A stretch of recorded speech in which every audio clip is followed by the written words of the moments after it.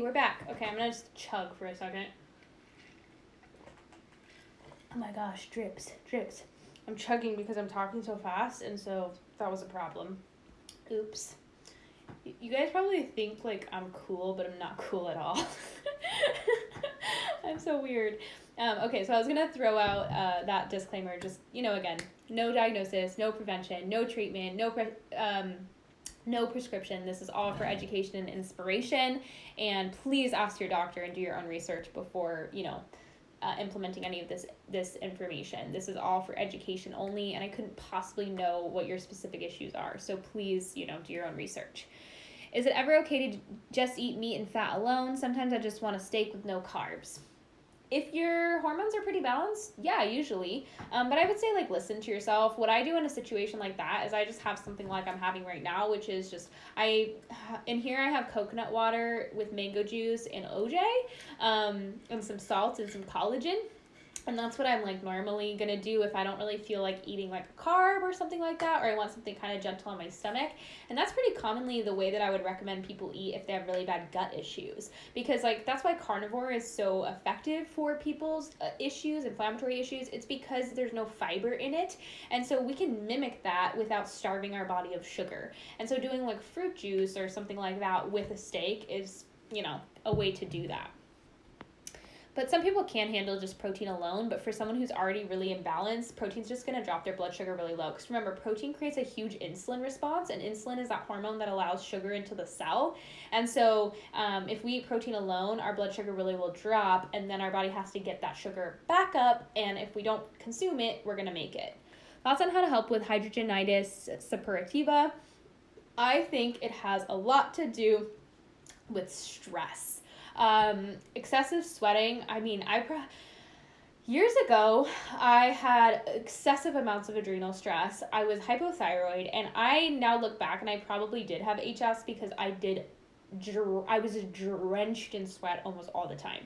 Now that I look back, as of now, I would say that, but, I do think excessive sweating has a lot to do with minerals, maybe magnesium, sodium, potassium, and just adrenal hormones being high and thyroid hormone being low. I've seen it go both ways, people being no sweating, they can't get themselves to sweat regardless, or the opposite, where they're just excessively sweating. So I do think it does have some hormonal tie. And over time, as we balance those issues out, it can improve personally. But I'm always for me personally, at least, I've always been a sweaty person. So I just I know I'm probably just always going to be a sweatier person. And I'd rather sweat than not sweat. But yeah, I do think it has, there's potential for it to be hormonally driven. Is there a certain brand of low-dose aspirin you like? Any certain way to take it or what to take it with? I personally take a brand called Jerry Care, and I cut it in half, and I take it with K2, vitamin K2, but yeah, I just take it after breakfast, personally. I've done the whole pill, the 325 milligrams, and it kind of just makes me feel a little weird. I don't know. It just feels off for me. Sometimes when I take too much vitamin E, I feel the same way. So I think it is its detoxification effects. It blocks lipolysis in the liver, so it can protect us from things like Pcos. It has so many protective effects. Make sure you read Ray Peat's articles on aspirin. They're so informative and amazing. They're on his website. But yeah, I personally just take Jerry Care, which is a full dose, and I just cut it in half. But make sure you check with your doctor how much they recommend, because that would matter. Hi, Jess. You had mentioned a drink for nurses that can't eat all the time. What was that? It was just frozen fruit, probably milk, OJ, some type of liquid base, and then collagen and casein protein. And I usually just recommend getting a large hydro flask and filling the whole thing with your massive smoothie and just sipping it throughout the day.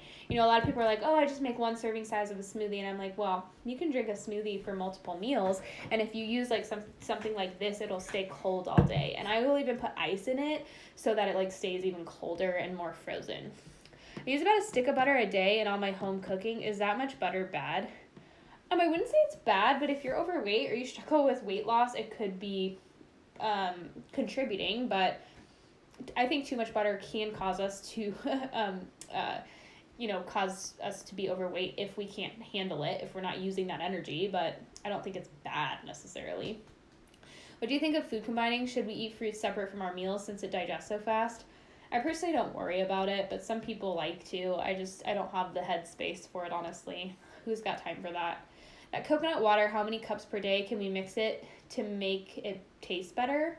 Whatever you need. I personally do it. I sip on something like this all day long. I never go without some type of sugary fructose, glucose, sucrose thing because I want a steady stream of sugar coming in all day because I have stressful days, right? I'm doing all types of things. I'm staring at lights all day, my screens. And so those are all stressors. And so I got to make sure that I'm continually keeping my stress down so that my body doesn't have to make its own sugar. So, I get this coconut water that's like CO2 or Amy and Brian's. It's one of those like 16-ounce cans. And so I'll probably do like half of that per day plus like a couple cups of OJ, maybe a couple cups of like mango juice as well. So probably doing like 4 cups of like coconut water, OJ, guava juice, other juices combined. Maybe more on some days depending on if I'm working out. Hi, what is your favorite coconut water and when is best time to take vitamin E? I think any fat-soluble vitamin like vitamin K or vitamin E is best taken with a fatty meal because fat-soluble vitamins need fat to absorb. And then when it comes to coconut water, I like CO2 or Amy and Brian's. I like Harmless Harvest, but it's expensive, so I don't do it all the time. I kind of split it up.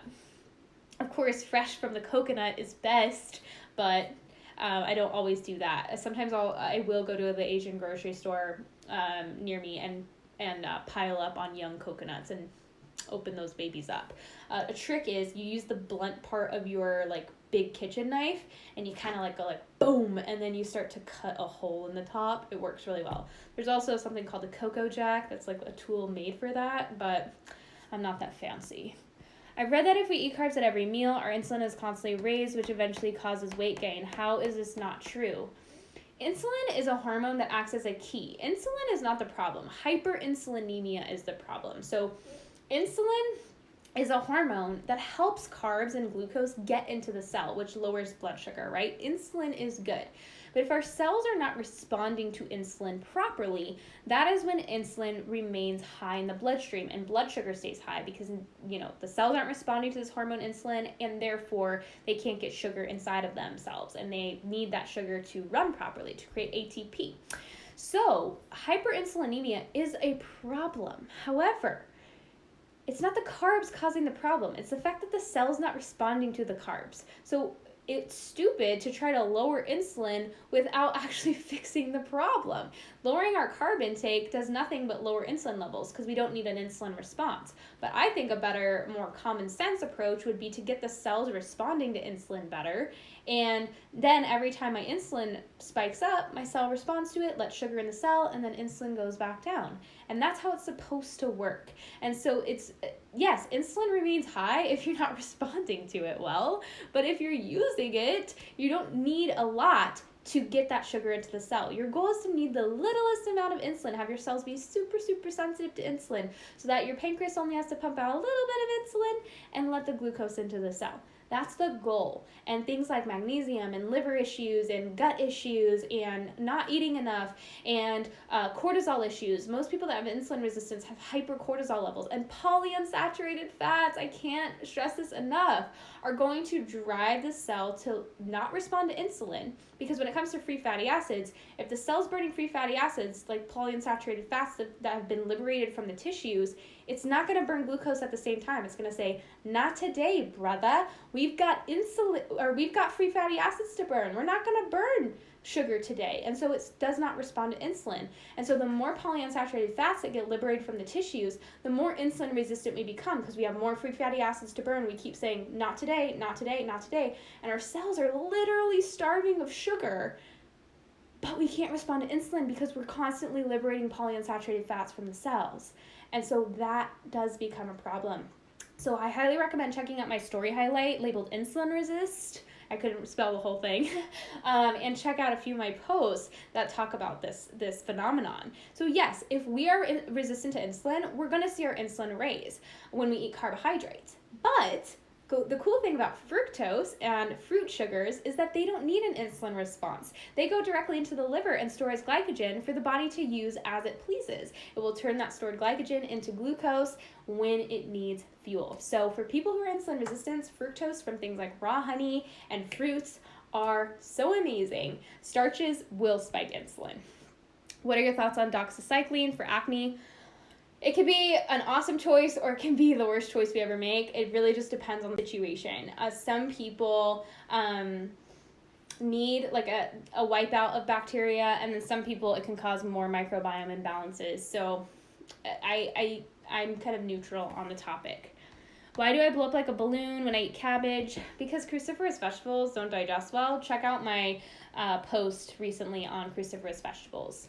Do you buy coconut water in bulk? I probably should. I honestly haven't checked Costco in a while for it. I know last time I checked they had something called Zico, which I don't think is real coconut water, but I should check again. Thoughts on vitiligo? Started about 8 months ago. Also have H. pylori. That somehow will be a trigger.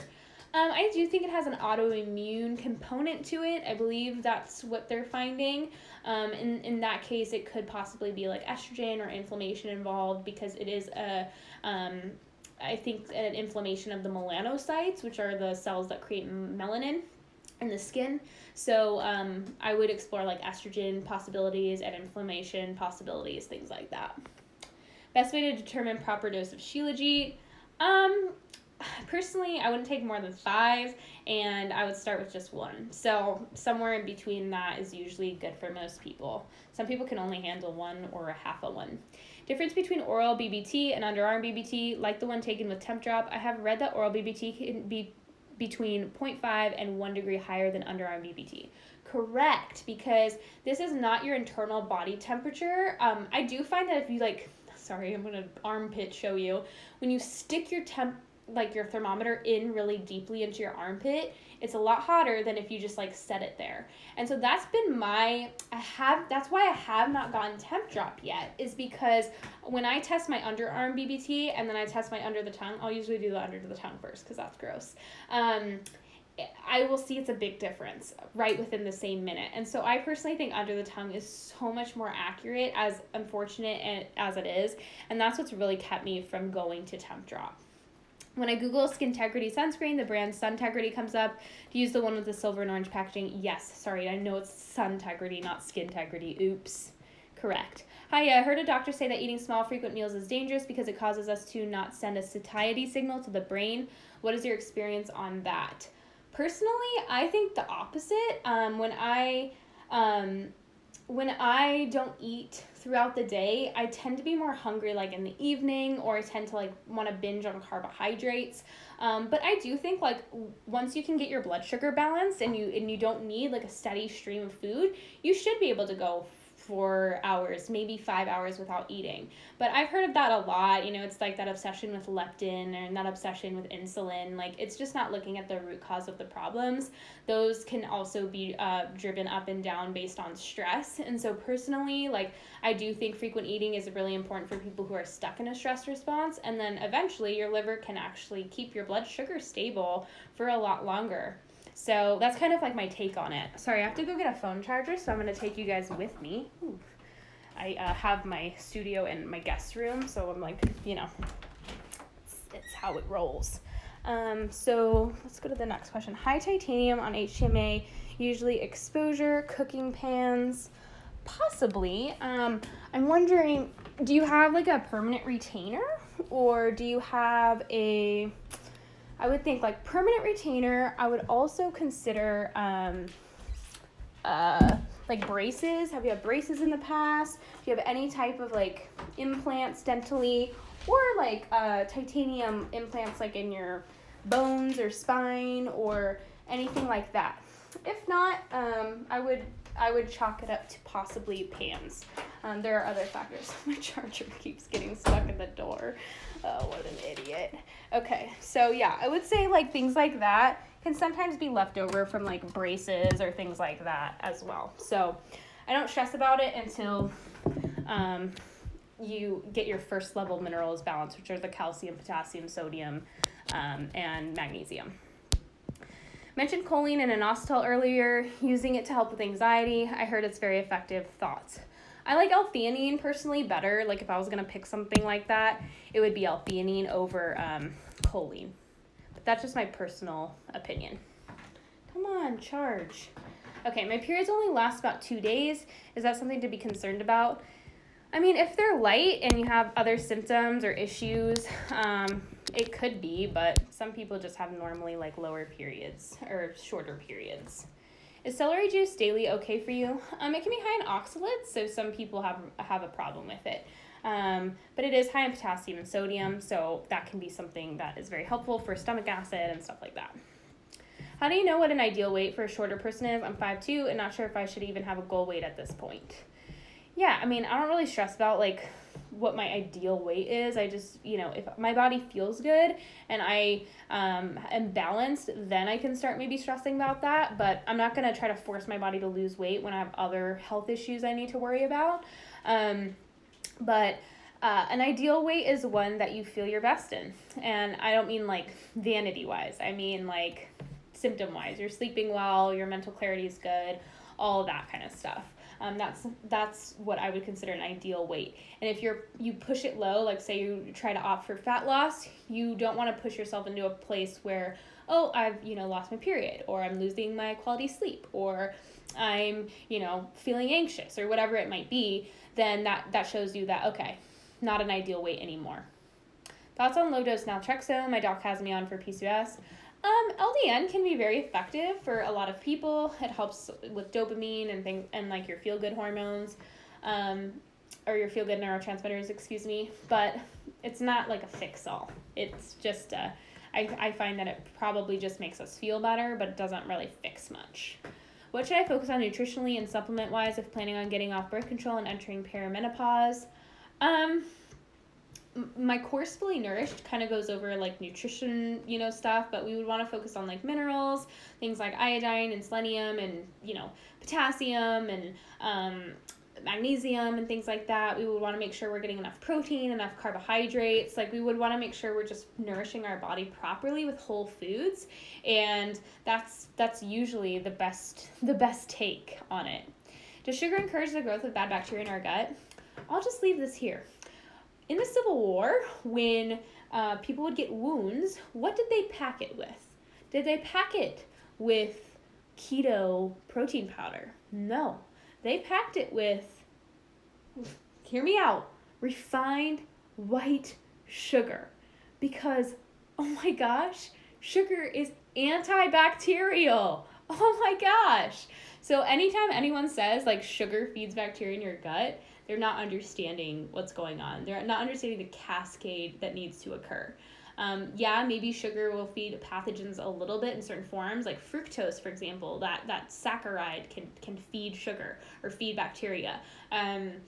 Certain components in sugary foods can, but not more than fiber, not more than fibrous foods like cruciferous vegetables and raw vegetables. Those tend to be more endotoxin producing. Things like beans and grains, endotoxin producing. Nuts and seeds, endotoxin producing. So personally, the least of our problems is sugar. It has a lot to do with bulky, fibrous, bacteria forming foods.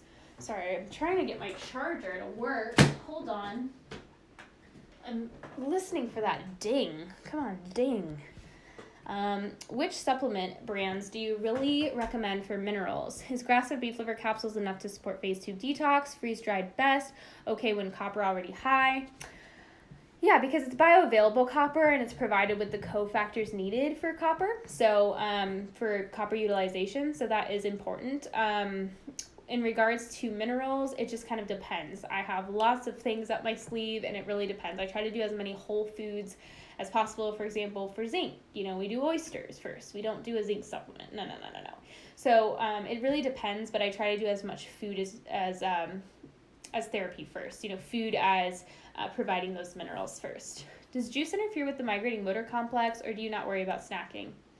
I don't worry about snacking at all. Migrating motor complex is affected by stress. People always say like, you need to not be eating for an hour and a half to have your migrating motor complex. And I'm like, your migrating motor complex isn't working anyways if you are in a stress response. So, I'm not worried about eating bothering my migrating motor complex. I'm worried about eating myself bothering my migrating motor complex.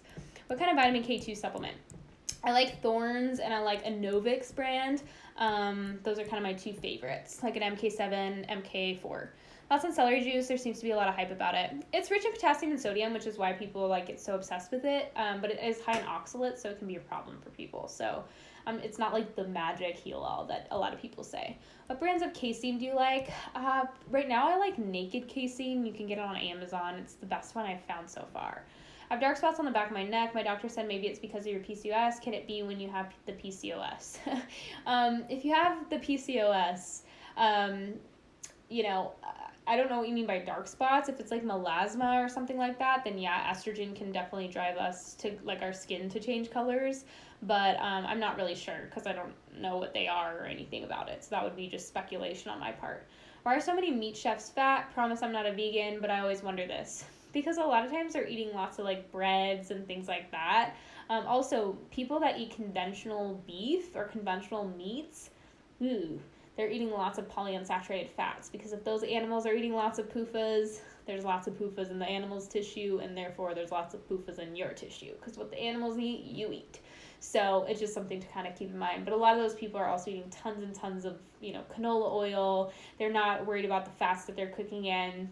They're eating tons of refined products. Other factors are driving their issues as well.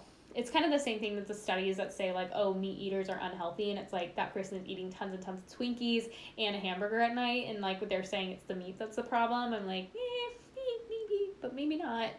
Is melatonin to sleep good supplement with? I'm finding a lot of parents supplementing their kids, and I wonder if they know it's a hormone. Oh my gosh, I cannot believe people are supplementing their kids' melatonin. Melatonin is a damaging supplement for anybody. It literally shuts down thyroid function. That's what you do if you want to shut down your thyroid. So I do not like melatonin for sleep, only if it's absolutely necessary. But we want to make our own melatonin, that's great. But if we're taking it, we're suppressing our own production of melatonin, and then we're also shutting down our thyroid function. It also really deteriorates the brain, so not my favorite. It's definitely the hormone of night, the hormone of winter, so we definitely don't want to be supplementing it. And if somebody's supplementing their child a hormone, I can't even. Thoughts on gluten, sourdough consumption for someone with Hashimoto's? I don't think it's really a problem. We don't want to be pounding sourdough, but a piece a day, unless we really have a sensitivity to it, is probably not going to be a problem. Any suggestions for liver and gut cleanse? Cleanses are BS. Don't cleanse. Work to help your body and bolster up your body so it can cleanse itself. Do sugar cravings ever go away, like refined sugars like cookies? Yeah, because we're not really craving sugar. We're craving carbs. We're craving energy. And so once we start providing our body with energy, then our cravings go away. How do people with PCOS such as Sarah's Day thrive on high nut and no dairy diet while others do horribly? Why do you think she's thriving? That would be my question for you. Just because she's lean does not mean she's thriving. I've watched her hair get thinner over the years. She had a really tough pregnancy. There are factors that I'm seeing that don't show me she's thriving. Just because someone's skinny doesn't mean they're okay. What can we do nutritionally to prevent aging? Vanity concerns of sun exposure. Get PUFAs out of our tissues, work on saturated fats. Vitamin E is very helpful, and wearing sunscreen, a mineral-based sunscreen can be helpful, but I think we should be really concerned with progesterone, because progesterone is going to be very anti-aging. I personally put progesterone on my skin, progesterone mixed in vitamin E, and I also wear sunscreen, and then I avoid PUFAs for the most part. Concentrated sources of it. Were you able to completely stop your hair loss symptoms? Yeah. When I get super stressed out, I'm going to lose hair, but that's what someone, maybe someone that doesn't struggle with hair loss will happen to them as well. Do you have any tips for vaginal health? I have issues that resemble yeast infection, but can't figure it out. Sugar makes it worse. Usually it's a systemic issue. If we have microbiome issues in the vagina, the vagina has its own microbiome, as does the cervix and the uterus. And so it's usually systemically we have an issue. If we get yeast in the vagina, it's because yeast is making its way out of the digestive tract into the bloodstream, and it's becoming a systemic issue. So dealing with it in the digestive tract by doing like raw carrot salads, spore-based probiotics, things like that can be really effective. Some people will do like suppositories and stuff like that. I personally wouldn't do that unless my issues were really bad, because I don't want to mess it up more than it is. I would focus more on like the systemic problem that's most likely causing it. Jess, just a suggestion. I think YouTube is best for these Q&As. Instagram jumps and starts a lot, and I miss info you're giving. Yeah, I would love to be on YouTube today. It would not let me go live on YouTube, so that's why I'm here, unfortunately. But yes, I would have loved to go on YouTube, and I'm going to try it again next week and see if it will work. Can you explain more on grains and endotoxins, gluten-free grains as well? Why are roots suggested if still a starch? Some people can only do a certain amount of roots before they're a problem. But yeah, I mean, I think roots are just more effective because they're more mineral rich. They're not as hard to digest, whereas grains tend to be a lot harder to digest. They have phytates, anti-nutrients in them, and other estrogenic factors. They also do have a slight amount of PUFAs in them. So grains can just be harder on the digestive system. Grains are a seed. We think of it that way, like grains are a seed. So, we shouldn't be going too heavy on the grains if we have digestive issues, because they're pure starch, and starch in bran, or if there's bran on them, starch and bran, the fiber on the grain is going to feed bacteria, which create endotoxins. So they can be endotoxin producing foods. Not everyone has that problem. It's just for some people. But doing fructose with your starches can help with that. Tips of getting enough protein. It seems really hard to get 100 grams. I would say the goal should be 80 to 100 grams, but I do collagen a lot. Like, I'm doing 3 eggs in the morning with 2 scoops of collagen in my coffee. I do Jell-O as a snack with my raw carrot salad made with grass-fed gelatin. I always have bone broth with my lunch, which adds another like 10 grams of protein. I do like maybe protein powder in my smoothie for my snack like mid-afternoon, and then I do some type of meat with bone broth at dinner, and I'm way above 100. Usually I'm at like 110. Melatonin is such a thing for kids right now, and I cringe every time I see it. It makes me angry that pediatricians promote it. Yeah, that makes me angry too. That's crazy for melatonin. What it does is it makes you kind of like groggy, and so you fall asleep, but then it like makes your sleep worse over time. So like we want to make sure that we break that habit. But I like other things like adaptogens. Like I'll use, if clients are having a hard time sleeping, we first get their carbs up, because that's often the factor, and then we do like a really nice bedtime snack that has like we'll do a cup of really high quality ice cream with 2 scoops of collagen in it, or some glycine, actually straight up glycine powder, because glycine, which is present in collagen, helps relax our body. Magnesium glycinate does the same thing, and so getting our magnesium levels up, having some sugar before bed with a little bit of protein in it usually helps us sleep better than any type of supplement can. But if we can't, some adaptogens that include like L-theanine, ashwagandha, rhodiola can help kind of calm that stress response down in the evening and help us sleep through the night. So those are some factors that I think. Oh yeah, Bethany. Melatonin is popular. I used to take it all the time. I used to take it every single night. I used to have this spray, and I would just be like spray a bunch in my mouth and be like, the more the better. But I learned better, and now I know like, ooh, cringe. I've had a lot of health and wellness cringe moments, that's for sure. Being keto was one of the worst, but melatonin's another one for sure. And my pounding of nuts and seeds is also a cringe for me. Do you recommend the same supplements as trace elements? I heard Hakala Labs is a good brand for mineral balancing for higher dosing. Yeah, so I don't necessarily recommend the same brands, but Hakala Labs, I will use that for boron a lot, because they are the only ones that have like a 50 or 80 milligram boron, and or 30, I think it's a 30 and 50. And they have some other like higher dosing minerals, because some people are so low, it's so hard to get their minerals up with like a 3 milligram supplement, so Hakala is a favorite of mine, but I have a lot of different brands I use. Can you please show how you made your red light, please?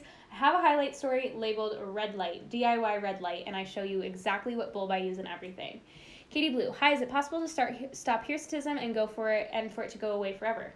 Yes, if we get to the root cause of it. Personally, I got my hirsutism, my hair growth to go away for the most part. My peach fuzz was turning darker, and it's now gone kind of back, and I don't have as much of it. I also had like a really bad happy trail on my belly button, which now I only have like a few coarse black hairs that pop up when I'm super stressed out. I used to have like really dark hair between my breasts, which now it's just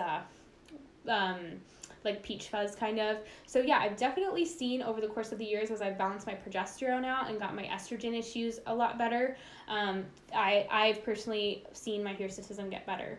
And hirsutism is just being driven by high DHEA in the tissues, usually driven by estrogen. What happens is when there's estrogen in the tissues, androgens can come in the cells. It's hard to explain, but in the skin cells, estrogen can turn into DHEA, and that can affect hair growth on the skin. It can affect the actual follicles and the oil-producing glands, which is why women with PCOS tend to get very oily hair and oily skin and stuff like that. So yes, dealing with our hormonal imbalances and getting our thyroid function up, getting our stress down can help with hirsutism. Prolactin can sometimes be a factor for some women. So prolactin is something that should be checked if nothing else is working. Favorite bread that is not gluten-free for everyday sandwiches for my kids? I have like a local sourdough that's pretty clean that I would probably use for my kids, but you kind of have to look like locally. I get mine at the farmer's market, or they sell it at my local health food store. But if I couldn't get access to that, I would maybe use like the Alvarado Street Bakery and their like sprouted wheat bread. You can get it at like Sprouts. What is the cause behind hair growth on the neck? What can I eat or not eat to get rid of it? It's a bigger whole picture. We got to look at getting our progesterone levels up, working on our ability to detoxify estrogen, work on the inflammation that's possibly being driven by our stress levels, and is our thyroid function optimal? These are all things that I talk about in Fully Nourished, I talk about in Mend Your Menstrual Cycle, and all throughout my highlight stories. There have been so many women who have balanced out their hormone issues just by watching all my Instagram stories, reading through my posts, and just following along, and not even buying any of my programs. So there is a lot of information on my stories, highlights, and I recommend digging in. Why casein protein versus whey? I don't like whey protein because it is very high in L-tryptophan, and L-tryptophan turns into serotonin. Serotonin is estrogenic, and estrogen is serotoninogenic. So these two things can cause constipation and gut irritation and just overall bigger issues, gut issues. Casein is a protein found in milk. So there's two proteins. We have whey and casein. Casein is a protein that lowers stress. It has anti-cortisol effects, and it directly goes into the muscle tissue. It's very powerful at building muscle. It's a very pro-metabolic protein source. So I like casein over whey, and I find that's a lot less inflammatory because it's not as serotoninogenic. Thoughts on gluten-free granola for adding crunch with smoothies? Brand you like?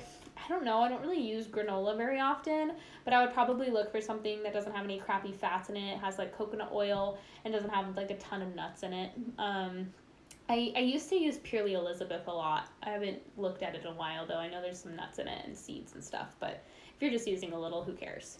Best time of day to take Shilajit. Sorry, I forgot to ask when I asked my previous question on it. I usually dissolve it underneath my tongue when I drink my adrenal cocktail in the morning, and I'll do it like 10 minutes before breakfast. Sorry if you've already mentioned this. Best vitamin E you recommend? Swanson's has actually a really good sunflower vitamin E, as well as Unique E, but then I also like Matt Blackburn's PUFA Protect vitamin E made out of MCT oil. So those are a few brands. Can I still heal my metabolism without eating meat? I can't find any grass-fed. For me, it's more difficult because I need to it halal. I manage to find grass-fed bone broth, though. Is that enough? It's possible. I think certain collagens are that way, as well as, I would maybe, can you do fish? Can you do shellfish? Those would be things that I don't know. I'm sorry. I'm not informed enough to know. But is that something that you could do? I don't think that you need meat to heal. In fact, some people actually find benefit from cutting out most of their muscle meats, because muscle meats can be inflammatory, especially the more that they're cooked. The rawer they are, the less inflammatory they are because they have enzymes in them. But I think that people can definitely heal without, as long as they're eating dairy and eggs. If you can't eat dairy and eggs, then probably not. But if you can eat dairy, eggs, bone broth, collagen, gelatin, yes, it's possible. Should I avoid taking Metformin and Spironolactone for PCOS, even if I'm eating the right diet alongside of it? That's not something I can answer. Those are medications that are prescribed by your doctor, and so therefore you should, listen to them and research alongside of them and make the best decision for yourself. Any good casein powder and glycine brands to purchase? Casein powder, I like Naked Casein. You can get it on Amazon. They have the tub is pretty expensive. It's like $90, but they do have a small one that you can try that's like 16 ounces.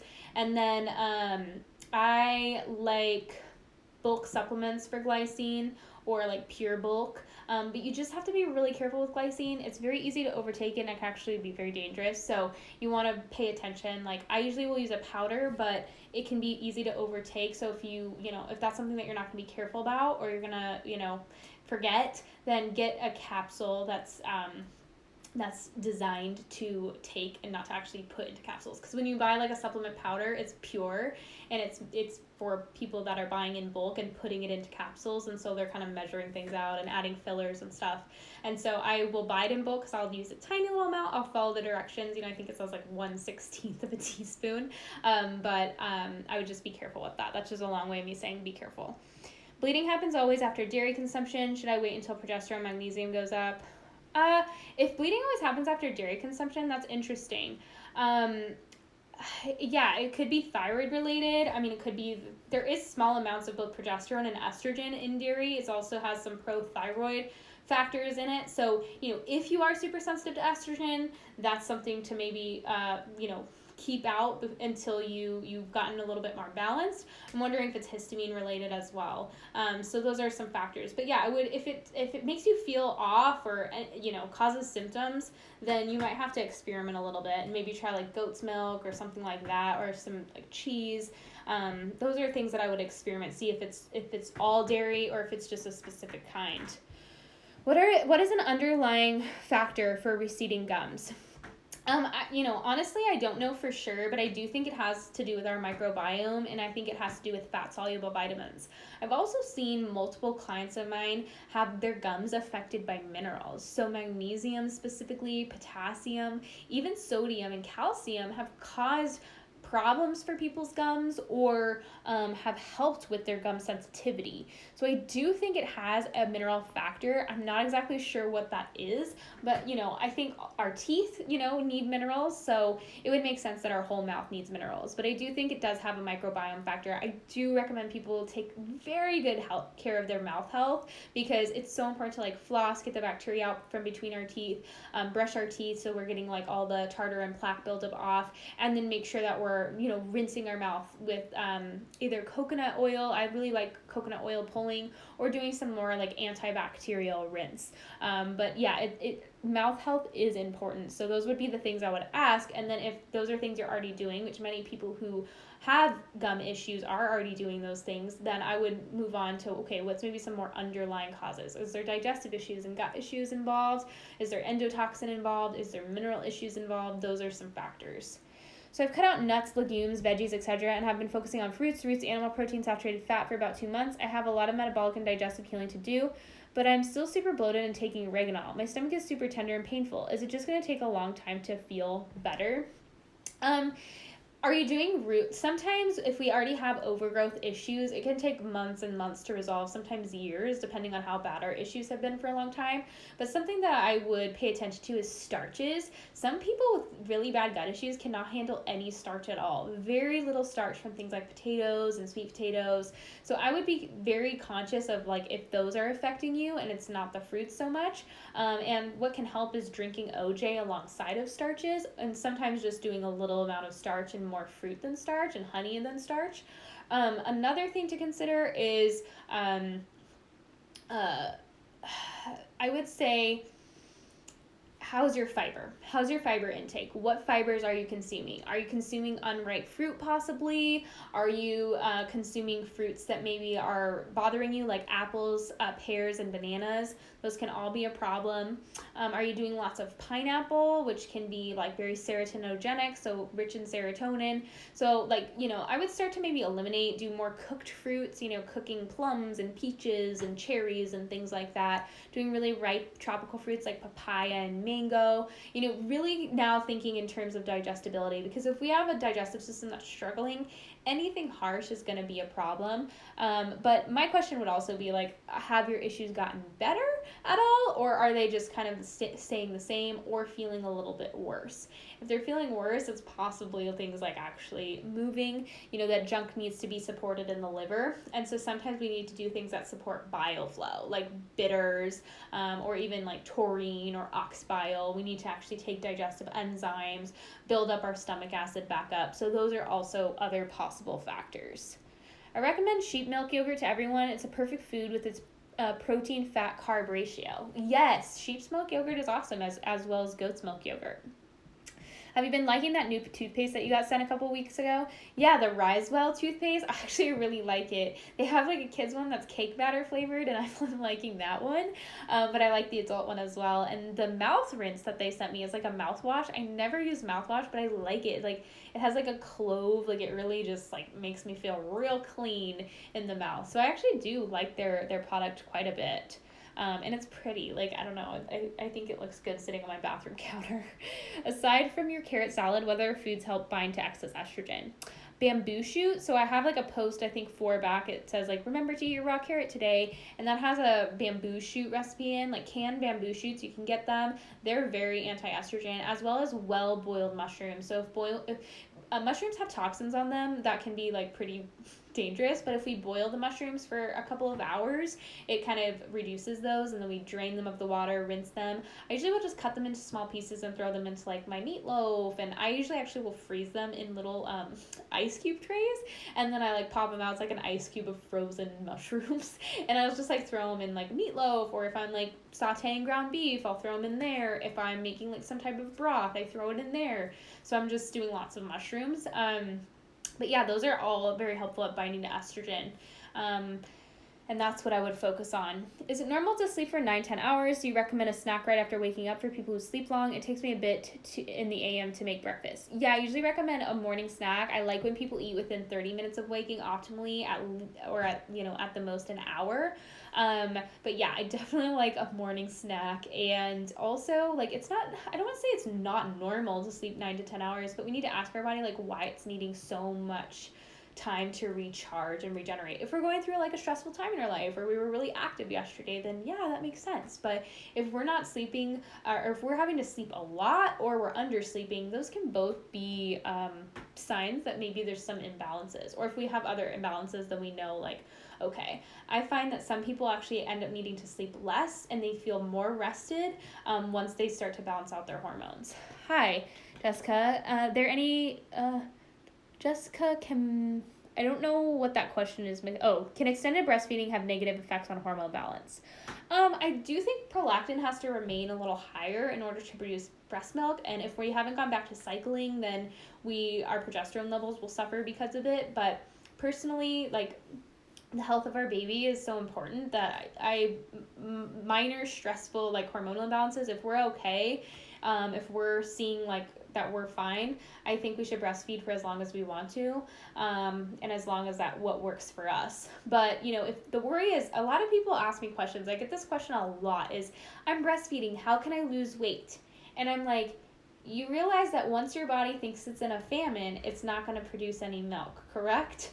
So breastfeeding is not a time to be focused on losing weight. We're going to probably keep 30 pounds of fat on our body, especially stored in the hips and the thighs, to make sure we have plenty of stored fuel to make breast milk for our children. So that's something to just kind of keep in mind. A lot of people think like, oh, my hormones are imbalanced because I can't lose weight while I'm breastfeeding. And I'm like, some people will lose some of the baby weight while they're breastfeeding, but some people will not. And that's just normal. And it's actually safer for the body, because if you are underweight and you're still making breast milk, you're doing it at the expense of yourself. What's your opinion of stevia and monk fruit? I don't like it because what it's doing is your body's really smart. And so when it tastes sweet, it's going to give you an insulin response in order to allow that sugar into your cell. When no sugar comes into the body, blood sugar is going to be really low, and the body needs sugar for that insulin. And so what do? We eat our tissues, we send them to the liver, and the liver turns protein into glucose through a process called gluconeogenesis, and we actually end up creating a stress response. So I personally don't like them. I like actual foods that actually have sugar in them. Is eczema dermatitis on the body caused by gluten? I think it can be for people that are especially sensitive, but I think it's more of an endotoxin issue. Our gut's overwhelmed and burdened by bacteria, and then that bacteria creates something called endotoxin or lipopolysaccharides. Those lipopolysaccharides go into the bloodstream or the hepatic vein, and it burdens the liver, and then the liver cannot detoxify other things that we're being exposed to in our environment. And so the skin is a detox organ, and so if things can't come out of the liver, it's going to go through the skin. It's how the body gets junk out of our system. And so it is very possible that it's caused by gluten, but it's not actually gluten that's the problem. It's bacteria. Milk thistle, good for liver. Bought a powder from Vitaging Herbs, just haven't tried it yet. Yeah, milk thistle is good because it has NAC in it, N-acetylcysteine, which is a precursor for glutathione, and so I do think it has some really beneficial effects. There are a lot of promising research studies about milk thistle. It does have like a slight estrogenic effect, but I don't think it's enough to really matter, and I think the pros outweigh the cons. But some people don't do well on it, or it doesn't do anything for them, but I think for a lot of people it can be very supportive. I like to cycle it, 2 weeks on, 2 weeks off, because I feel like it kind of loses its effect after like 3 or 4 months. For some reason, if we do it every day, it's like for some reason it just eventually doesn't really do what we want it to do anymore. What could be some causes of dizziness or lightheadedness when standing only? Sometimes I'll guess that's usually like a blood pressure change. I'll sometimes guess like the solvent minerals. So like sodium and potassium are responsible for regulating blood sugar, but then we also have our pulse rate to worry about. So what's your pulse like? Are you checking your pulse regularly? If you have a low pulse, or do you have, check your pulse, see if it's a strong beat or if it's kind of weak. Is it like pulse, pulse, pulse, or is it kind of like light, like hey, hey, hey? Keep in mind our pulse rate determines how fast our blood is getting nutrients and oxygen and minerals and protein and carbohydrates and glucose to the cell. And so, we want our pulse rate to be strong. We don't want it to be weak, and we also want it to be between that 75 to 85 beats per minute. And so that would be something to focus on, as well as blood pressure. But those solvent minerals, sodium and potassium, can really wreak havoc on blood pressure. And then also blood sugar balance. Like, what's your blood sugar like?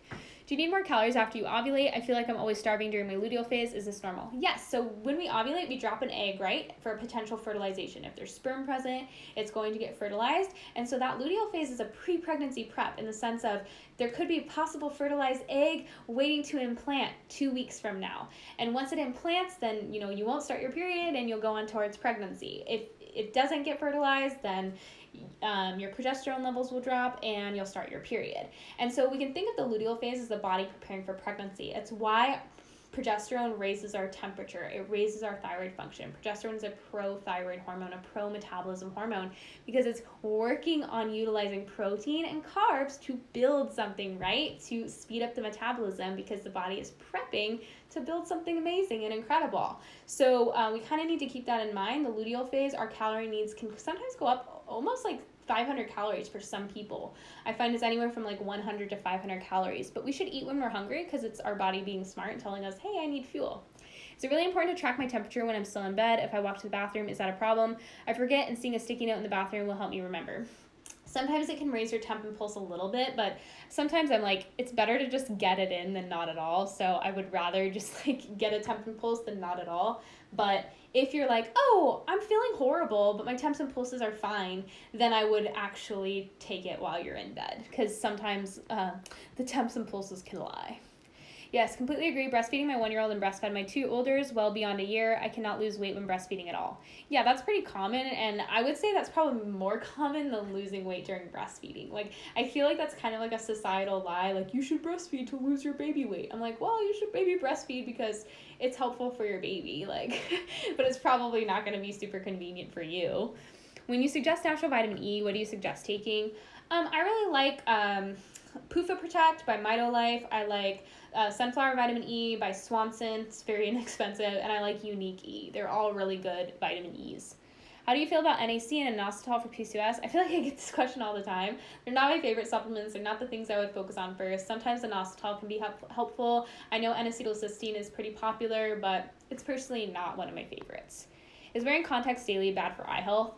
I personally have to because I can't see, but they do have UV blockers, and so I do think they affect how our body is going to respond to the sun. So I try to go out in the sun without them on for like 10 minutes in the morning, and I actually will take them out and go out in the sun for like 10 minutes in like around noontime or afternoon. What can taking N-acetylcysteine do for hormone balance and metabolism? I don't know why everyone's obsessed with N-acetylcysteine right now. I personally don't like it as a supplement. It's synthetic. It can have some negative effects. I personally like a million other supplements before I like NAC, but everyone seems to be asking about it. So it is a precursor for glutathione, which is an antioxidant made in the liver. And so, when we have more glutathione, we are actually detoxifying estrogen better. But overall, I think there are way better supplements or way better nutrients that can do the same thing. B vitamins from grass-fed beef liver is so incredible for this detoxification. Making sure we're getting enough carbs and protein, so amazing for detoxification. Vitamin E, so amazing for detoxification. Vitamin C, so amazing for detoxification. Magnesium, so amazing. I could go on and on and on.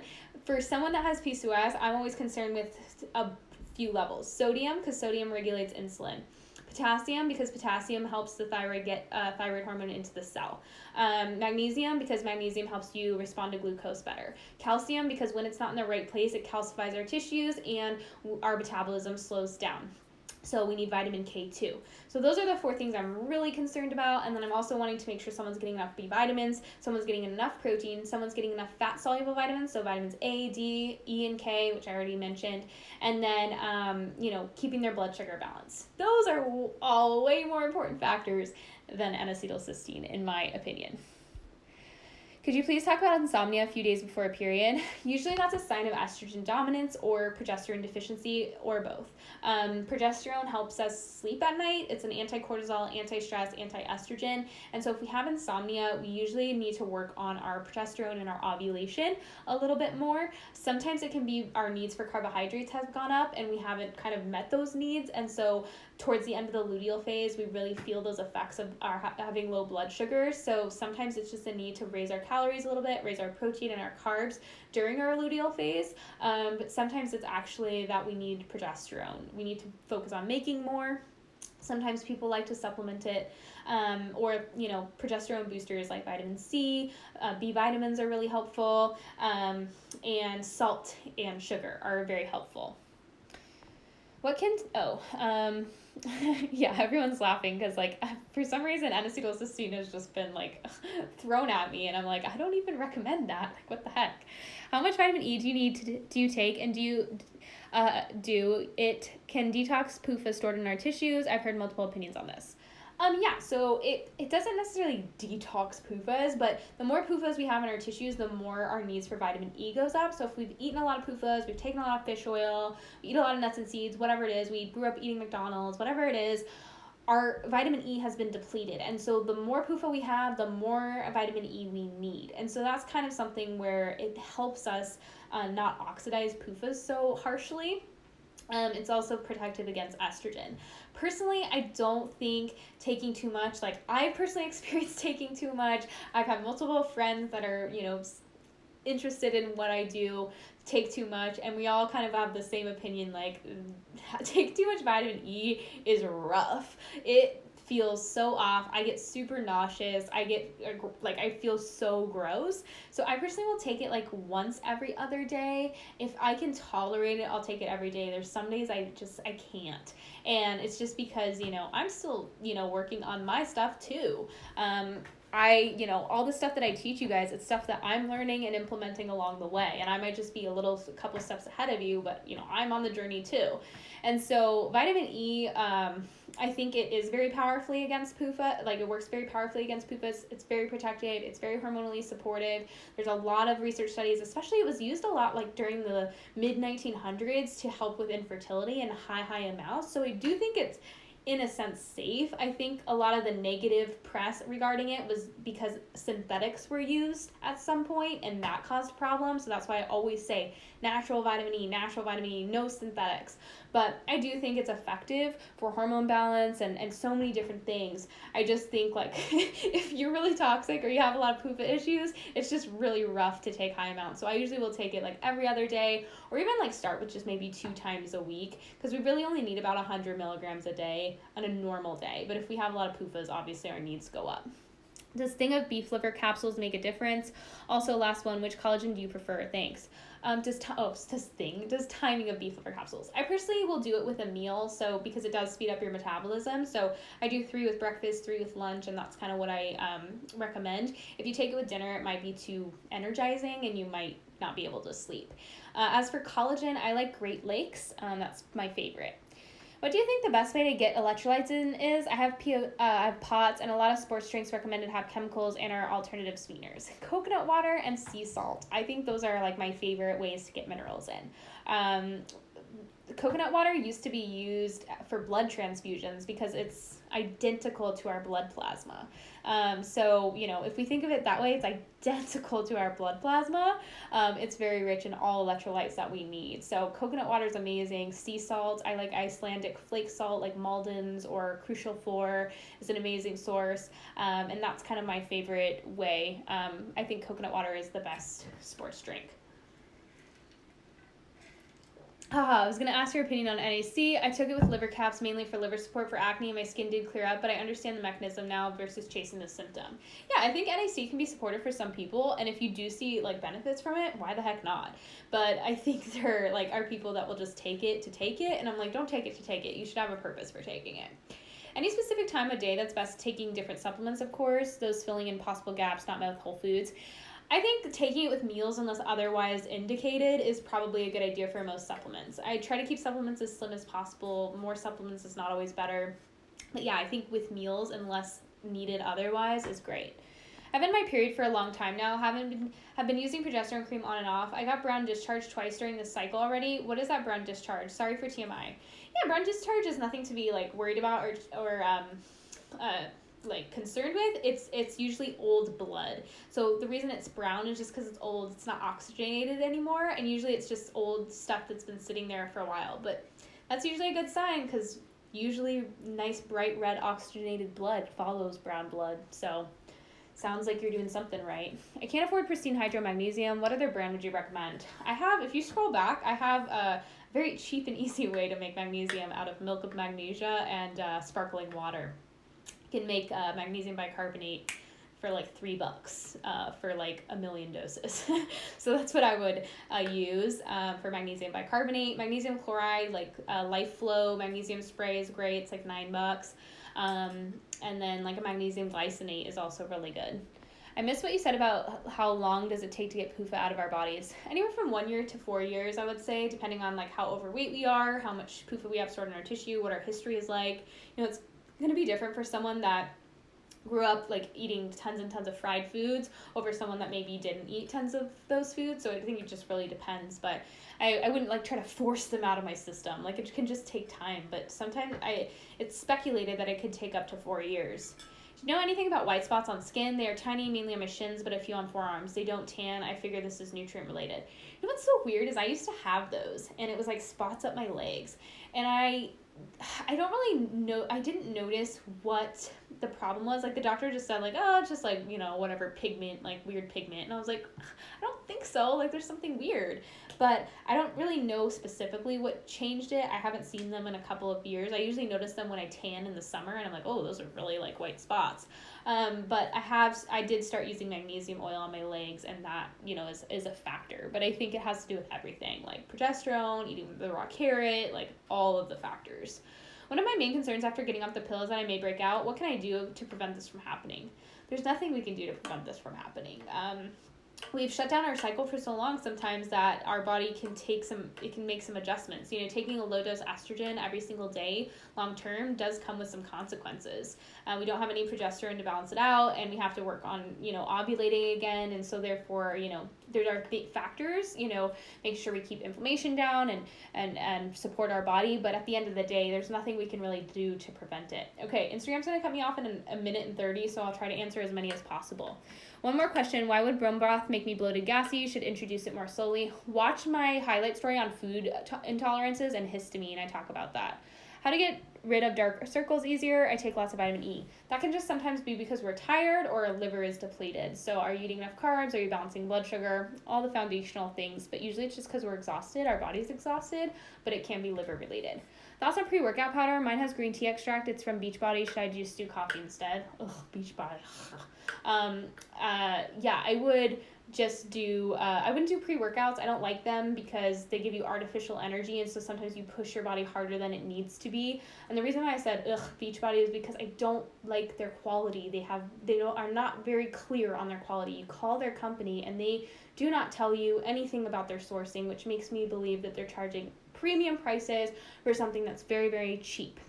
So I personally think just like some coffee or having like a really good meal is probably much better than doing something like a pre-workout. Which brand of natural progesterone do you recommend? I really like Ona's progesterone oil. I think she's out right now, and I like Progest-E. You can get that on Long Natural Health or Long Natura Health, or Kenogen, KENOGEN.com. I think those places both sell it. Okay, last one.